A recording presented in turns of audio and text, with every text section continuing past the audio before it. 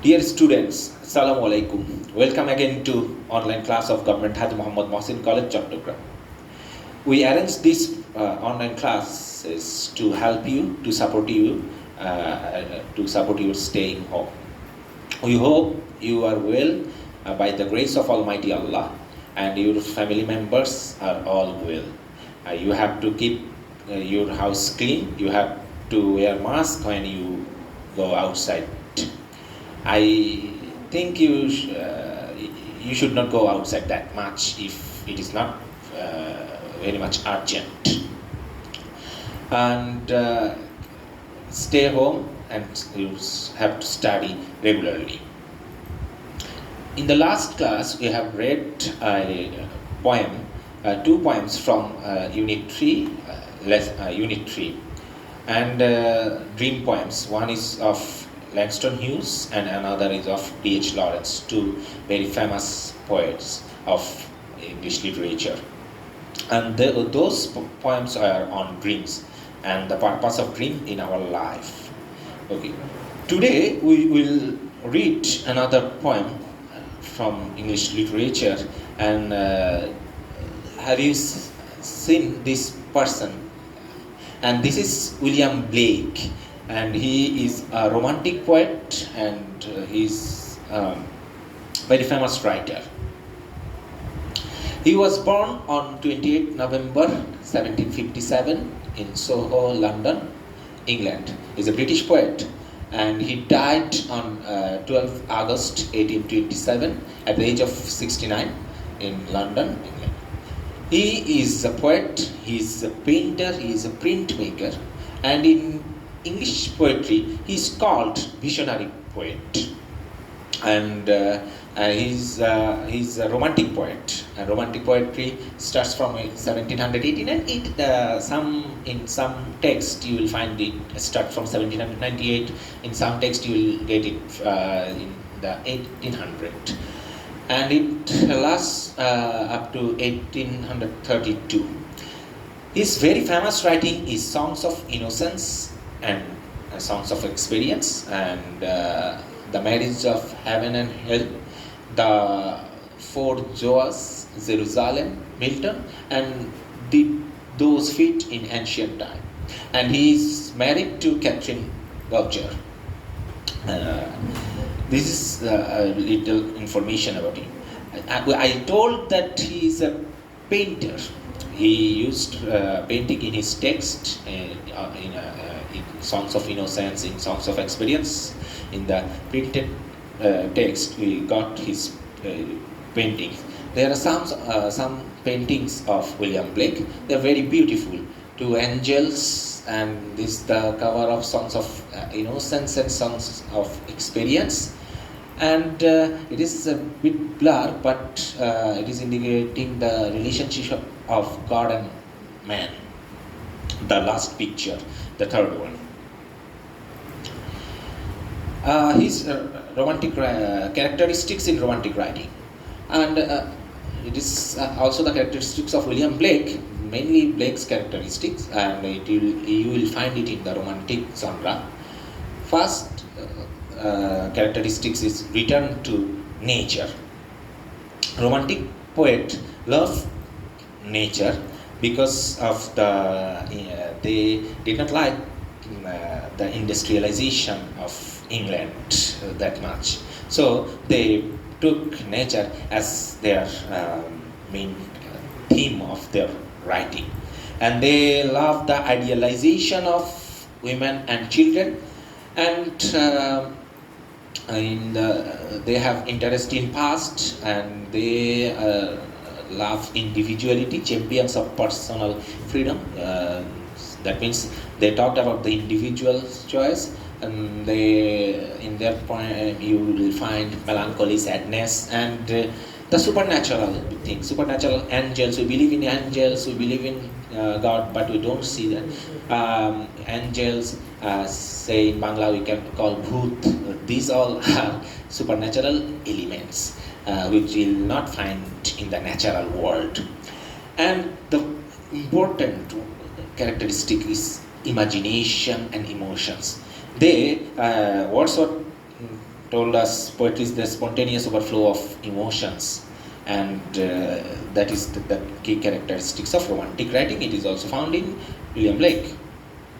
Today we'll read his poem, The Schoolboy. William Blake is a poet as well as a social reformer and social thinker. And he thinks about the society. What he doesn't like, he directly told it in his poetry, and he criticized that social thing. And in this poem, he is actually criticizing the school system of his time in England. And the speaker of this poem is the schoolboy who is saying that in the very first line, I love to rise in a summer morn. We all love morning. The people who rises early in the morning, he sees the beauty in the nature. That boy is also this boy likes to rise in the summer morning. Why? Why he likes to rise in the summer morning? It answered in the next lines. When the birds sing on every tree, in the morning he hears the singing of bird in the tree. In every tree, the sparrow sings, the cuckoo sings. He loves to listen to the music from nature. And the third line is, the distant huntsman winds his horn. The distant huntsman winds his horn. Here, when he goes to the nature, he finds another music from the hunter's horn, on the flute they use at the time of hunting. And then the skylark sings with me. He is not alone in the nature. The boy is saying that in the morning he is not alone. He listens to the music of nature, in the music of horns, music of the birds, and the bird skylark also sings with me. Skylark is an imaginary bird of the romantic poets. So there is realize the imagination, and the nature is there. Oh, what sweet company! And the schoolboy of this poem, and the boy, the child is saying that he loves the company of nature. Oh, what sweet company! In the second stanza, started with but, shiftment of thought. It is changing, the thought is changing. But to go to school in a summer morn, oh, it drives all joy away. Going to the field in the morning, going to the forest in the morning is pleasant, but when a infant needs to go to school, it drives his joy, what he achieved in the morning. When he goes to school, everything washed away. Under a cruel eye outward. We teachers are very much cruel, according to the this line. And we are cruel and passing time in front of the cruel teachers who are outdated, outmoded, who are old. But the infant is fresh blood, and the fresh blood is sitting in front of an old body, and he is considered it very much cruel thing. The little one spend the day in sighing and dismay. That means this little boy, when in front of the teacher, passed the whole day in frustration, in depression, and in distress. Okay, in sighing and dismay.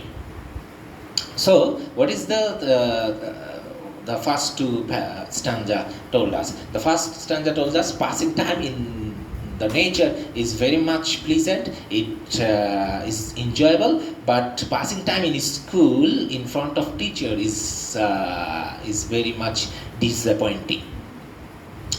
In the third stanza, we find it starts with the word then at times I drooping sit, I become frustrated also. It gives me disappointment, and I become tired, bored. Then at times I drooping sit and spend many an anxious hour. And the time that the boy passes in the school is full of worries, is full of tension. But the time he passed in the nature, it was not full of tension. Okay, it was a pleasant time. But in this, the school time is anxious, full of anxiety. Nor in my book can I take delight. The printed books that he has in the school is also boring. He's saying that books are not good. The tree leaves are very much beautiful. On the other hand, books are boring to his eyes, and he doesn't find delight, pleasure in his book. Nor sit in learning's power. And the table in the school, the desk which is assigned for him, is also a very boring one, and he doesn't find delight in his learning powers, in his learning arena, in his table that he set in this school.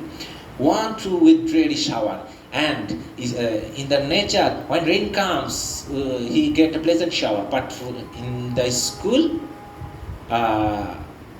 when he passes time and anxious time, he becomes tired and he gets the shower of tiredness, boredom.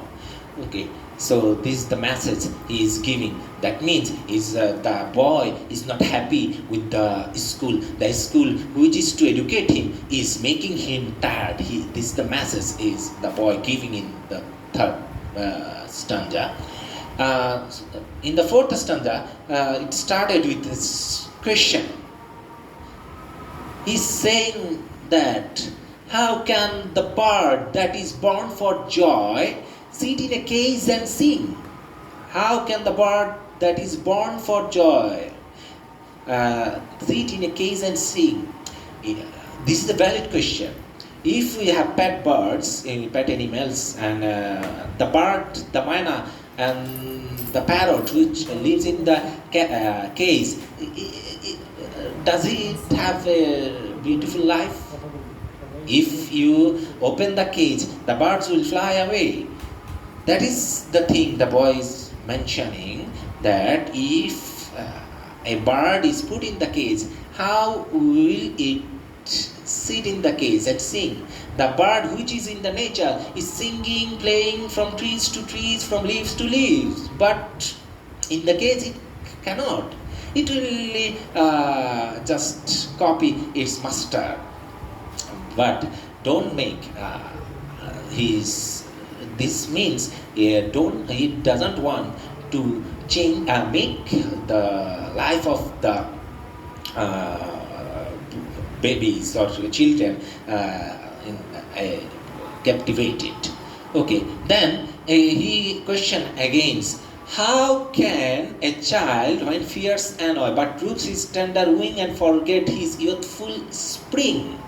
Spring is the season of newness. Spring is the season of new creation. But at this creative time, a boy is engaged in a school and engaged like the bird. And if he is engaged like a bird in the case, what will he do? Is just, instead of flying, is just sitting there with disappointment and distress and frustration. Okay, this is the in the next stanza. O father, O mother, if birds are nipped and blossoms blown away. Now he's addressing to his parents. O father, O mother, if birds are nipped and blossoms blown away, if the tender plants are stripped of their joy in the springing day by sorrow and care's dismay. So he's he's addressing his father and saying them to the, oh, you are too much anxious for us. You are too much anxious for our future. If children is compared here with birds in the tender plants. If the tender plants and birds are nipped in the springing time with too much care, what will happen to them? This is the valid question. We are giving loads of bags to the children. They are going to school with 10 books and kgs of books to the school. How will they enjoy their life? This is the time of enjoyment. This is the time of creativity. But creativity will not be created, will not be nurtured with those sort of loads. So, not only the school is responsible for destructing the creativity of the children, but also the parents who are very much tensed about the future. And for the future, they are destroying the present of the students. This is the thing. Now, in the next para, how shall the summer arise in joy? Now, if the spring is spoiled, the question is, how shall the summer arise in joy? How youth will be joyful for the children? This is also a valid question. If the plant is destroyed, if the tender plant, if the birds are destroyed in the spring, how will it be flourish in the summer? Or the summer fruits appear? In the summer we get ripened mangoes, langra am in Bangla we call it, and we enjoy the flavors of fruits. But if the plant is disturbed, plant's life is disturbed in the spring season, will the fruit appear? This is the valid question. Or another question, or how shall we gather what griefs destroy or bless the mellowing year when the blasts of winter appear? So this is an important thing. If the spring and summer, the fruitful time of a person's life is destroyed by the school system, the tension of the parents, then how will he enjoy his aged period, his old age?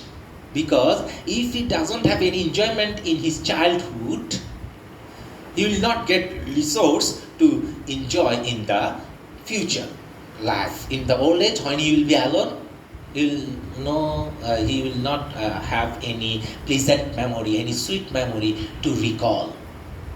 So, the present time of the children is very much important. The system cannot destroy that thing. This is the basic question of this poem. And thus, in this slide, I have given some, to help you, I provided some meaning of some words. Say wind. In the wind, we know a strong flow of air, but here wind is used as a verb to cause to sound.